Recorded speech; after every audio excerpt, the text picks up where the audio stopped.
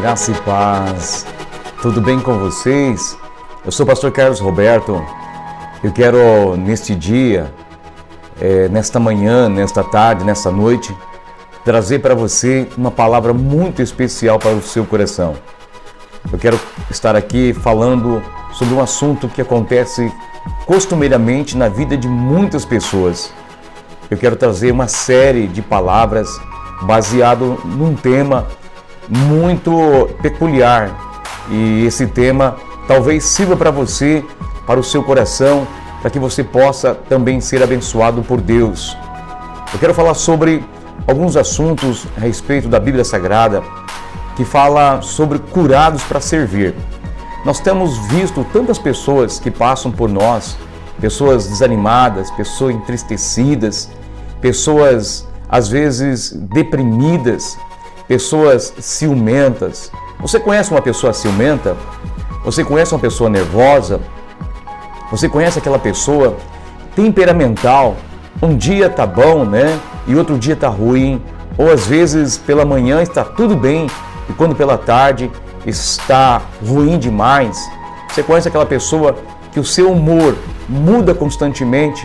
Pois é, talvez você seja uma dessas pessoas. Mas o nosso propósito aqui não é te ferir.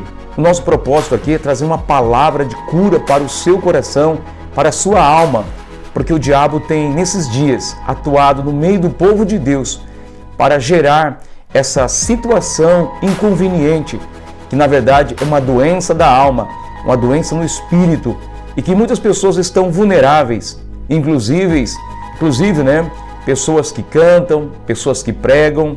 A gente tem vivido com pessoas assim, e muitas pessoas têm nos procurado para saber o que está acontecendo com ela. Pois bem, deixa eu ler para você uma palavra neste dia para você. A Bíblia fala, João capítulo 9, Evangelho de São João capítulo 9, e versículo de 1 ao 5. Ao passar, Jesus viu um cego de nascença. Seus discípulos lhe perguntaram: Mestre, quem pecou? Quem errou, este homem ou seus pais, para que ele nascesse cego? Disse Jesus: nem ele e nem os seus pais erraram ou pecaram, mas isto aconteceu para que a obra de Deus se manifestasse na vida dele. Olha que interessante. Esse texto aqui, queridos, fala de uma passagem bíblica em que Jesus passa em determinado local e encontra um cego de nascença. Bom, os discípulos então perguntaram para Jesus: Mestre, quem pecou? Foi ele ou quem errou? Foi ele ou foram seus pais? Então, na verdade, os discípulos estavam procurando de quem era a culpa, quem era o culpado dessa situação. Ou seja, porque aquele cego daquela maneira, daquela forma, então eles queriam saber quem era o errado, quem era o culpado, qual era o motivo da sua doença e quem era então realmente o culpado.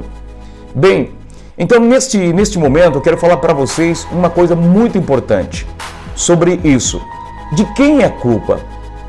Ora, constantemente a gente fica procurando saber quem é o culpado da situação. Quando Adão e Eva erraram dentro do jardim do Éden, eles pecaram e o Senhor se manifestou diante deles. O que aconteceu? Adão simplesmente se esquivou da culpa e jogou a culpa em quem? Jogou em Eva.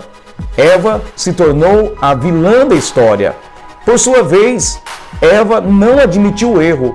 Ela repassou a sua responsabilidade, atribuiu o seu problema, atribuiu então aí sobre a serpente. Na verdade, eles não aceitaram, não admitiram a culpa. Nós estamos sempre querendo buscar, estamos sempre querendo achar quem é a pessoa falha. Ora, existe um problema no trabalho. O problema é a culpa do patrão, é a culpa do gerente, é a culpa do funcionário. Nós atribuímos tantas culpas e nós omitimos as nossas culpas. Presta atenção numa coisa que eu vou falar para vocês agora.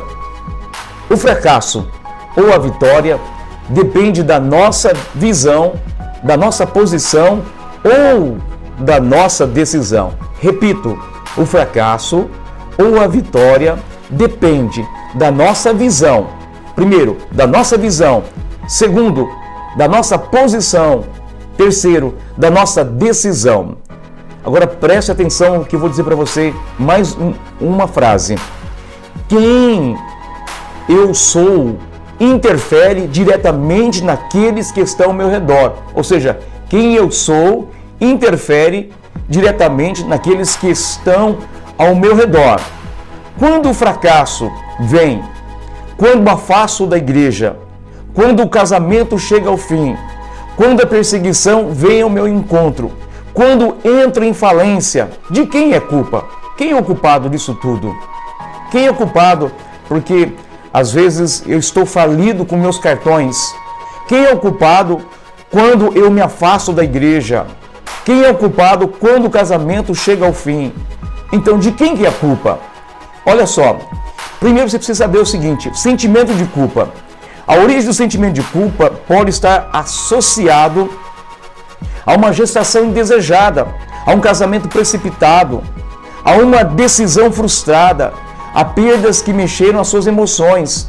Entendam bem algumas coisas que acontecem na minha, na sua vida.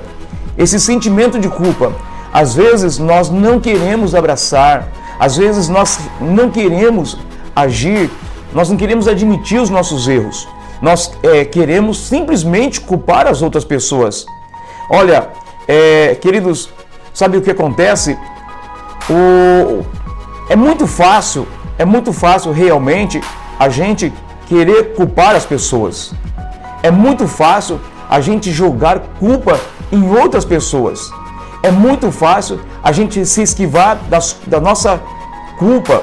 Ou seja, é muito fácil a gente se afastar do propósito de Deus. É muito fácil a gente querer culpar a outras pessoas. Bem,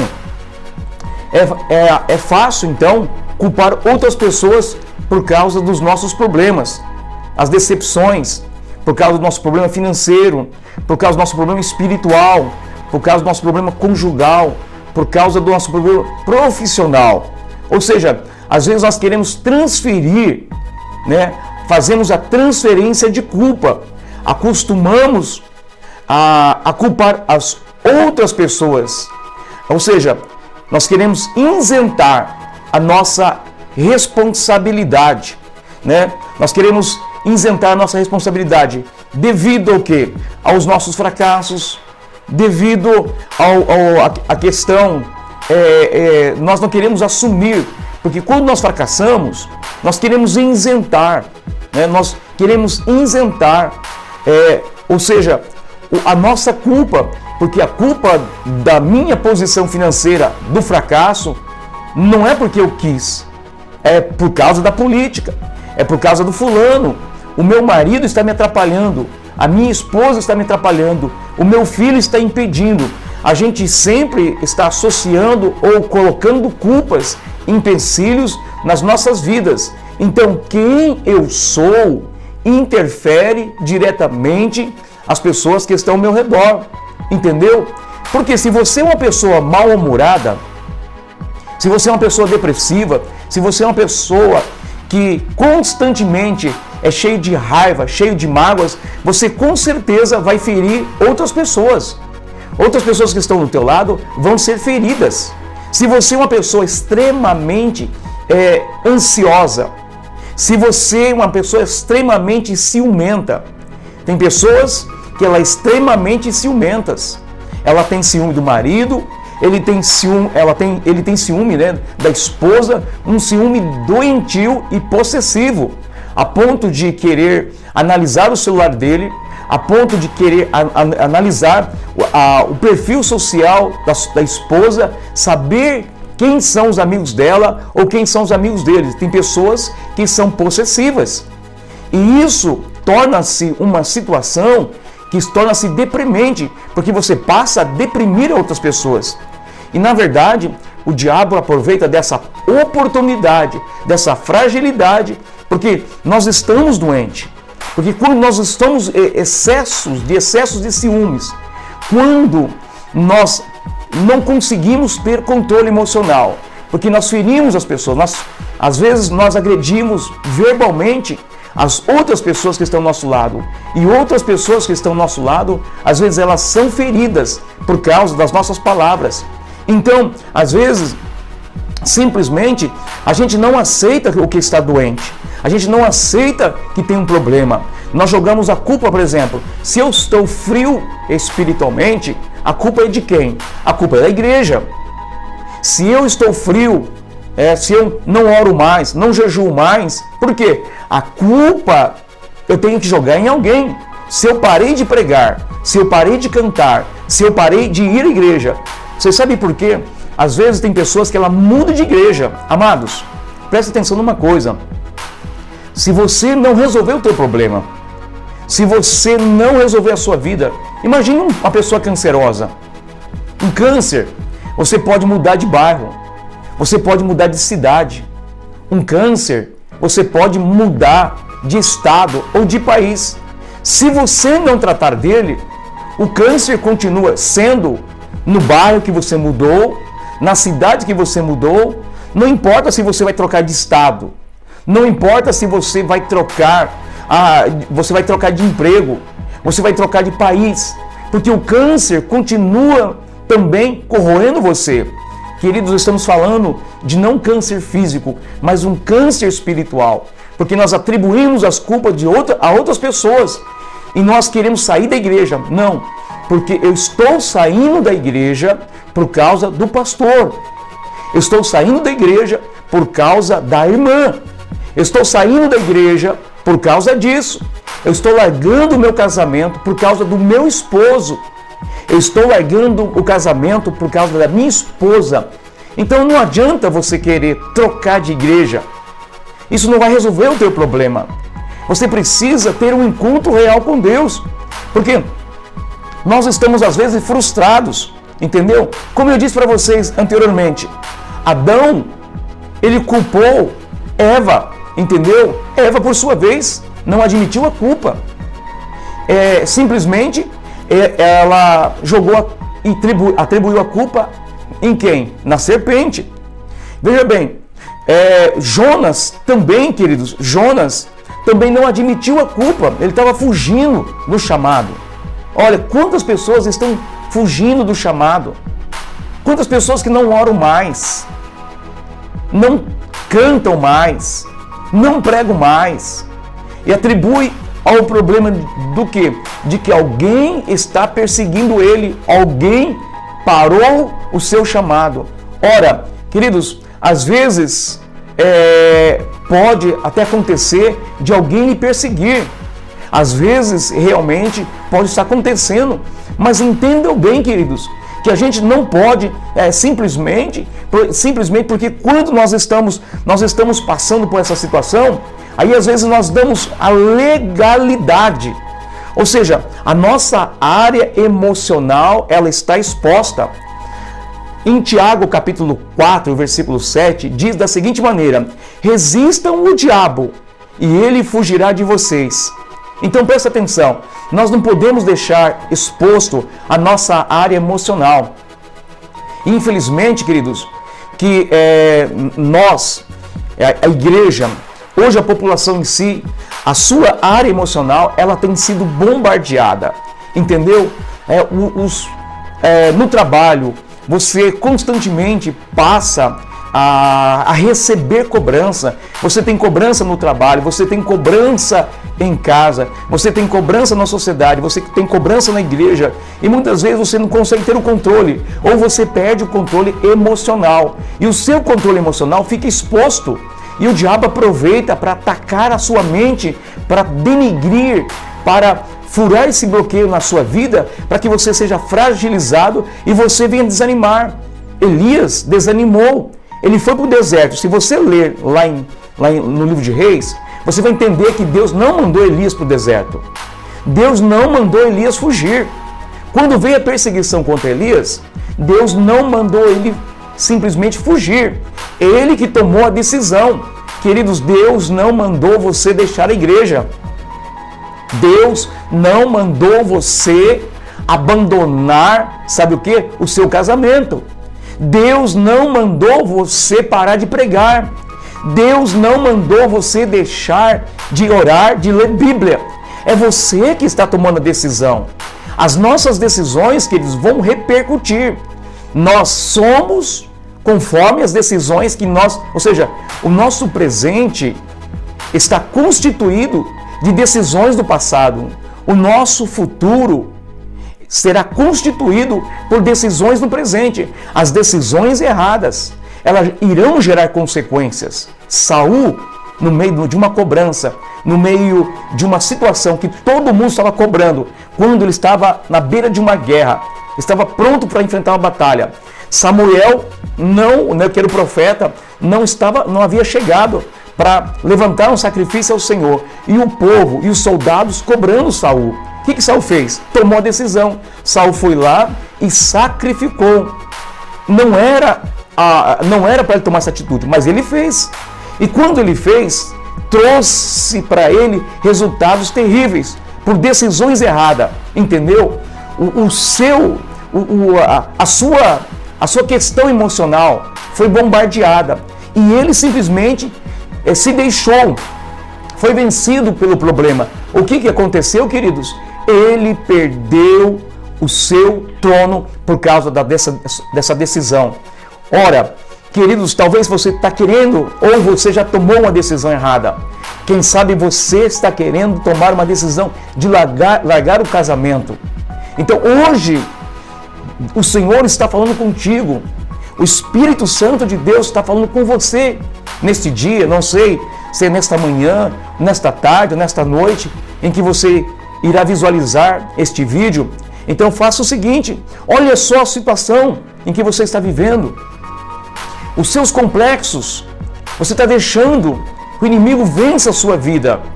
Primeiro nós temos que aprender a lidar, a superar erros. Entendeu? Primeiro erro nosso, quando nós estamos feridos no nosso campo emocional, primeiro erro nosso, complexo de vítima. Entendeu? Pessoas que têm um complexo de vítima, porque ela passou pela decepção, ela passou pela frustração, ela vive um síndrome de coitadinho. Entendeu? Olha o que a Bíblia diz pra gente, primeiro livro de Reis, no capítulo 19, e o versículo 9 e 10. O que você está fazendo aqui, Elias? E Elias respondeu ao Senhor: tenho sido muito zeloso pelo Senhor, Deus dos exércitos. Os israelitas rejeitaram a tua aliança, quebraram os teus altares e mataram os teus profetas à espada. Sou o único que sobrou. Agora também estão me procurando me matar. Ou seja, o Senhor fala com Elias. Quando Elias atravessa o deserto, após Elias ser alimentado, ou o anjo aparecer, dar-lhe pão quente, dar-lhe água fresca a ele, após ele andar um período muito grande, após o Senhor se manifestar para ele, Elias pergunta: o que você está fazendo aqui, Elias? Elias traz um complexo. Ele traz uma tradução de complexo aqui, dizendo: só eu fiquei por profeta. Na verdade, Elias não estava sozinho. A Bíblia fala, e o Senhor falou para Elias: não, Elias, tem mais 7.000 pessoas ainda. Tem pessoas que elas estão vivendo o complexo de coitadinho, pessoas que estão decepcionadas, pessoas que estão frustradas, pessoas que estão vivendo essa síndrome de coitadinho, porque ela se expõe à rede social. Ai, me aconteceu o problema, ai, amanheci triste, amanheci mal-humorado. Tem gente que só conta luta, tem gente que só conta derrota. Amados, a Bíblia fala que a boca fala aquilo que o coração está cheio. Se o seu coração está cheio de fé, ele vai falar de fé. Se o seu coração está cheio de ânimo, ele vai falar sobre ânimo. Se o seu coração está frustrado ou decepcionado, vai traduzir isso. Então você tem que abandonar, você tem que aprender a superar, você tem que aprender a lidar com essa situação, a síndrome de coitadinho. Porque às vezes nós queremos os holofotes das nossas vidas. Entendeu? Nós queremos que os holofotes estejam acesos. Nós queremos chamar atenção. Tem pessoas que querem chamar a atenção do pastor dentro da igreja. Então ele se faz de vítima. Tem pessoas que ele se faz de vítima dentro da família, para chamar a atenção das pessoas que estão ao redor. Meu irmão, abandone esse papel de vítima. Irmã, abandone esse papel de vítima, tentando atrair atenções de outras pessoas. Porque às vezes você está num muro de proteção. Entendeu? Às vezes nós formamos no meio do caminho, no meio dessa situação toda, nós formamos um muro de proteção, um muro emocional. Nós queremos esconder atrás deste muro, porque nós vemos os erros nas outras pessoas, mas nós não atentamos os nossos erros. E por isso que nós vivemos esse complexo de vítima, entendeu? Vivemos essa situação. Olha o que a Bíblia diz pra gente, amados, Colossenses capítulo 1, versículo 13. Pois o Senhor nos resgatou do domínio das trevas. O Senhor nos resgatou do domínio das trevas e nos transportou para o reino do seu Filho amado. Então presta atenção. Primeira coisa que você precisa vencer. Primeira coisa que você precisa aprender a lidar com esse complexo de vitimismo, esse complexo aí de ser vítima. Segunda coisa, você tem que vencer o sentimento de egoísmo e de teimosia, entendeu? Presta atenção numa coisa, porque às vezes, como eu disse para você, a gente se protege sobre o muro emocional, a gente fica atrás dele, e a gente, muitas vezes, nós sentimos egoísta. Não preciso, não quero, não aceito. A gente não quer aceitar a ajuda dos outros. A gente não quer aceitar, admitir que nós estamos errados. E a gente é teimoso, entendeu? A gente só pensa e defende somente os nossos interesses. As pessoas acabam não conhecendo a humildade. Lúcifer, por exemplo, ele quis ser superior a Deus. Veja bem, você sabe o que a fofoca faz? A fofoca, na verdade, são de pessoas frustradas. Pessoas que envenenam uma família. A fofoca pode envenenar um casamento. A fofoca, ela pode envenenar o trabalho. A fofoca, ela pode envenenar uma igreja. Hoje o termo fofoca parece que é esquecido. Hoje é fake news. O que é fake news? É a notícia falsa. Né? Hoje não, pastor, hoje não é mais fofoca, é notícia falsa.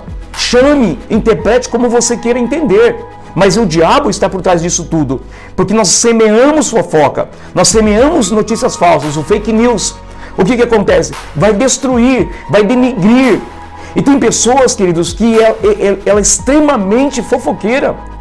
Ele faz fofoca. Tem pessoas que ele se acha ser espiritual. Amado, ser espiritual, entendam bem, ser espiritual não é um cidadão ou cidadã só porque ele ora 3 vezes ao dia, como faziam os fariseus. Os fariseus, eles se achavam ser espirituais, entendeu?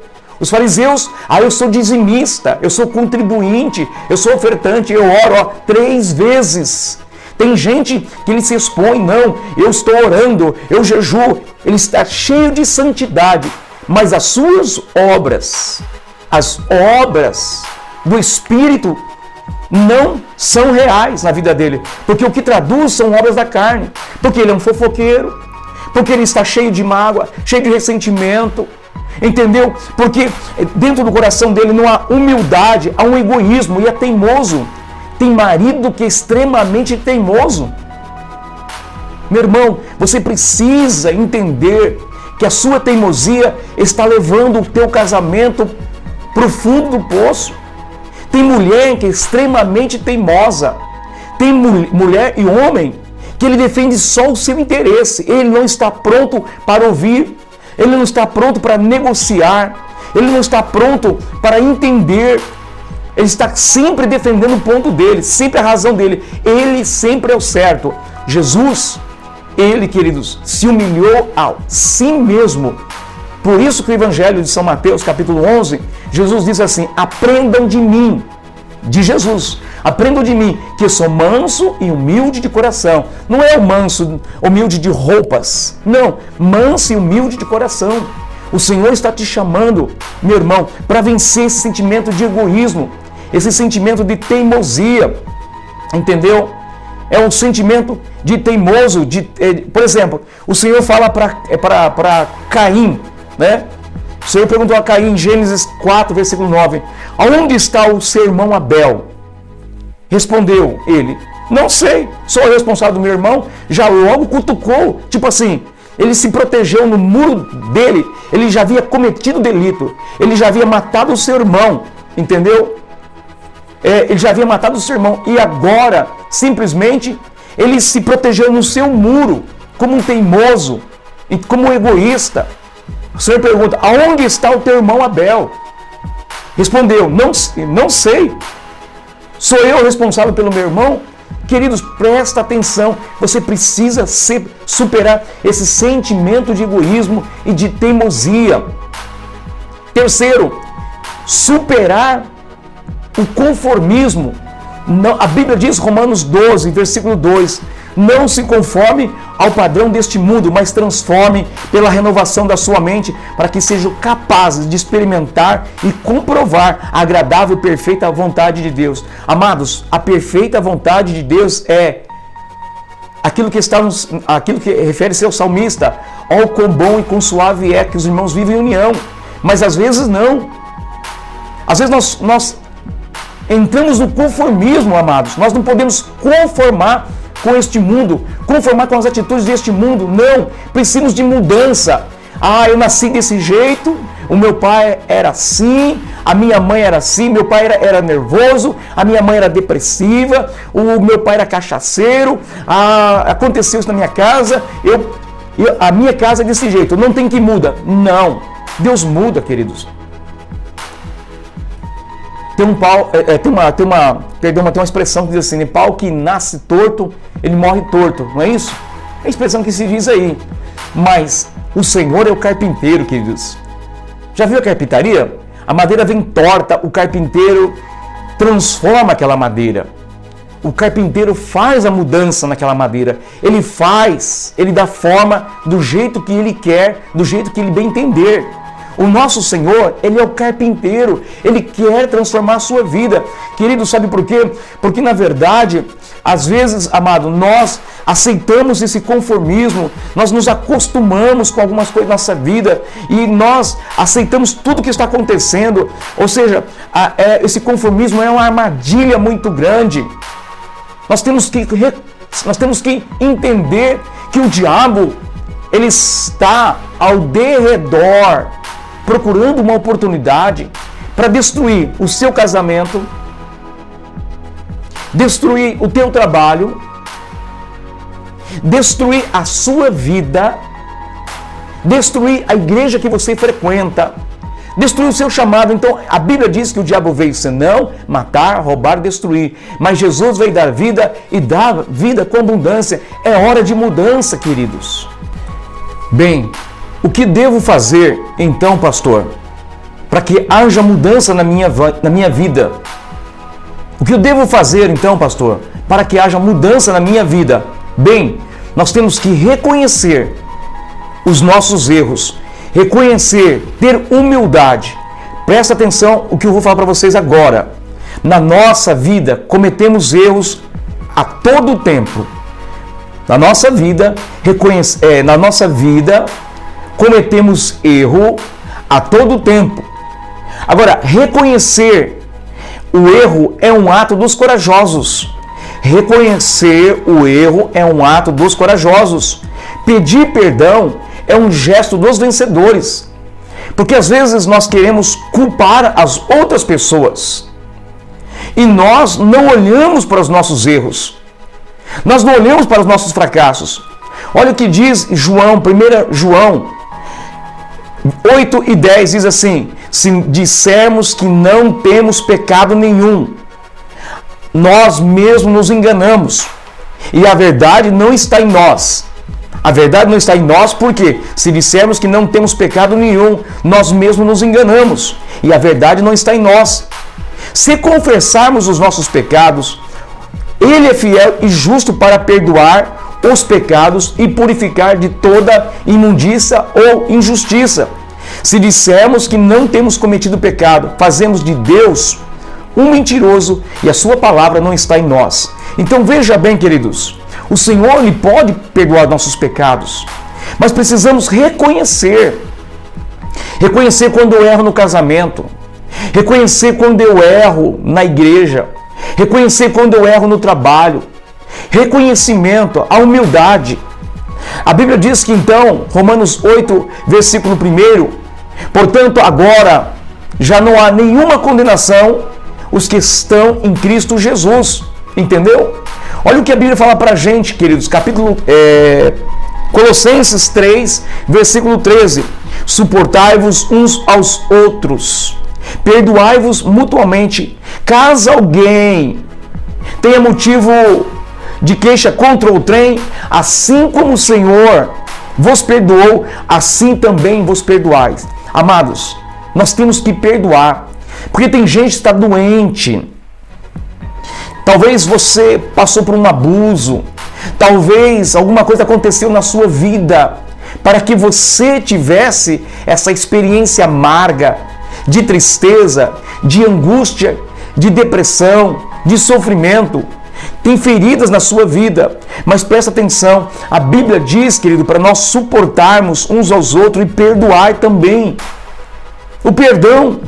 Entenda bem então o que eu digo para você, uma frase que eu disse anteriormente, bem no início: o fracasso ou a vitória depende da nossa visão, como você enxerga as coisas, da sua posição e da sua decisão. A decisão não é o pastor que pode tomar por você. A decisão não é a esposa que irá tomar por você. A decisão não é o marido que irá tomar por você. A decisão é você que tem que tomar, talvez nesta manhã, nesta tarde ou nesta noite. Então, quem eu sou interfere diretamente, ou seja, quem eu sou interfere diretamente naqueles que estão ao meu redor. Como é ou quem é você? Como está você neste dia, nesta tarde, nesta noite? Entendam bem. Então, meu irmão, ou então, minha irmã, é hora de fazer mudança.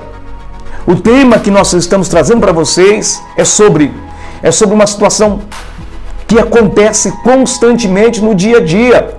Entendeu? Essa situação acontece, que é curados para servir. Quem é curado, ele serve no casamento. Quem é curado, ele serve no trabalho. Quem ele é curado, ele serve na igreja. Quando nós estamos doentes, nós não estamos bem no casamento, nós não estamos bem no trabalho, nós não estamos bem com a família, nós não estamos bem com o nosso hall de amizade. Basta uma coisa: você é o tipo de pessoa que quando alguém te fere, quando alguém te machuca, você vai lá e exclui aquela pessoa do WhatsApp, bloqueia ela no seu YouTube. Você é o tipo de pessoa dessa maneira? Entendam bem, queridos. O Senhor, olha pra gente, nós erramos todos os dias, pecamos todos os dias, mas Ele não nos excluiu do contato dele conosco. Ele não nos excluiu do seu Facebook, não. Nós temos um contato com Deus. Se nós se humilharmos diante do Senhor, Ele perdoa os nossos pecados, e dos nossos pecados Ele não se lembra mais. E às vezes você se lembra que o outro fez por você. E às vezes você é uma pessoa que está tão aí vivendo depressões, angústia, e o diabo está destruindo a sua vida. Hoje o Senhor quer trazer uma cura para o seu coração. Esta é a palavra deste dia, desta tarde ou desta noite para você. Tá bom, queridos? Eu quero estar orando por você nesse instante. Eu quero fazer uma oração por você. Amém? Pai, no nome de Jesus, eu quero, Senhor, entregar nas Tuas mãos os nossos irmãos que estão acompanhando a gente agora, Pai. O Senhor conhece que tem muitas pessoas feridas, tem muitas pessoas deprimidas, tem muitas pessoas machucadas, tem muitas pessoas angustiadas. Meu Deus, e o diabo tem aproveitado essa oportunidade para feri-los, para machucá-los, para torná-los mal-humorados, para torná-los depressivos, para torná-los, meu Deus, pessoas terríveis. Em nome de Jesus, visita agora, Pai, a vida do teu servo, da tua serva, que se sente falido, que se sente fracassado, que se sente derrotado. Toca sobre a vida dele, toca sobre a vida dela, Pai. Cura, liberta ele, transforma ele, em nome de Jesus. Eu quero liberar esta palavra ao encontro, meu Deus, da vida desta pessoa, deste irmão, desta irmã, para que este dia, esta tarde, esta noite, ela seja curada, seja restaurada, em nome de Jesus. Amém? Queridos, que Deus abençoe a sua vida, tá bom? Que o Espírito Santo continue falando sobre o teu coração neste dia, ou nesta tarde, ou nesta noite. Deus abençoe, um beijo no seu coração.